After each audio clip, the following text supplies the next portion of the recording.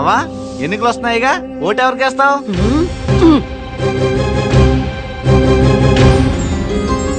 ఇల్లు లేని మాకు పెద్ద కొడుకులా ఇందిరమ్మ ఇల్లు కట్టించింది ఆ దేవుడు. రెక్కాడితే గాని డొక్కాడని వయసులో వృద్ధాప్య పింఛనిప్పించి మా కడుపు నిండా అన్నం పెట్టింది ఆ దేవుడే. మాలాంటోళ్ల మీద ఆయన చూపించిన అభిమానానికి నేనొక్కదాన్నే కాదు, మా పేదోళ్ళమంతా ఆయన కొడుక్కే ఓటేసి ఆయన రుణం తీర్చుకుంటాం.